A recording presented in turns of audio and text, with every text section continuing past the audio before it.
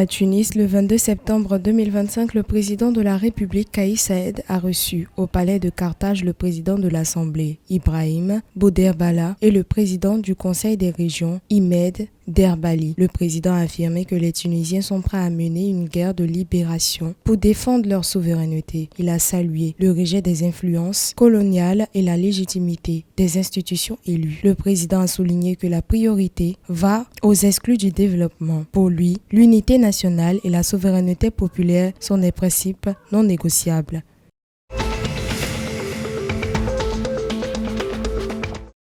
La National Oil Corporation a organisé un atelier en partenariat avec les sociétés autrichiennes OMV et Zoetina Oil Company à Tripoli le 21 septembre 2025. L'événement visait à explorer les technologies modernes pour accroître la production pétrolière. Le président de la NOC a soutenu l'objectif d'appliquer ces innovations aux sociétés nationales. OMV a présenté des solutions pour améliorer le rendement des pompes submersibles et prolonger leur vie.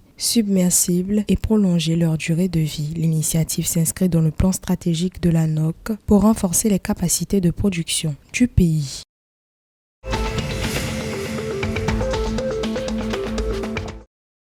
À Alger, dans un contexte de baisse des prix mondiaux et de bonnes récoltes en Russie, Chine et France, l'Office algérien interprofessionnel des céréales a lancé le 22 septembre 2025 un appel d'offres international pour l'importation de 50 000 tonnes métriques de blé. Une commande qui intervient en diversification des partenaires de l'Office et intensification de la production locale. Le blé tendre en Algérie reste majoritairement importé pour répondre aux besoins en pain. À noter que les besoins annuels du pays d'Afrique du Nord en céréales sont estimés à 9 millions de tonnes.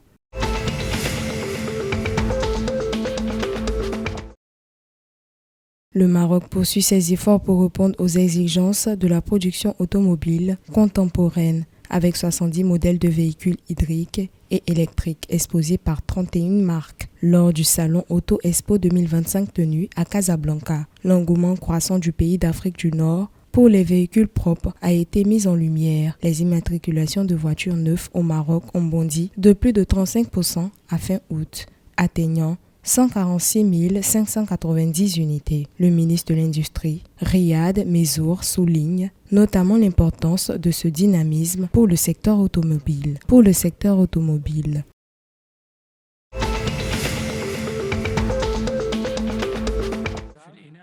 La Coupe arabe de la FIFA qui se déroulera du 1er au 18 septembre 2025 au Qatar s'annonce comme un moment fort de fraternité entre les nations africaines et arabes. Plusieurs équipes africaines et arabes, à l'image de l'Algérie A, préparent activement leur participation. L'équipe algérienne, entraînée par Majid Bouguera, effectuera un stage à Annaba début octobre et disputera 2 matchs amicaux contre la Palestine, renforçant ainsi la solidarité sportive entre nations frères. Ce tournoi illustre un panafricanisme moderne où le football unit les peuples et favorise la coopération continentale.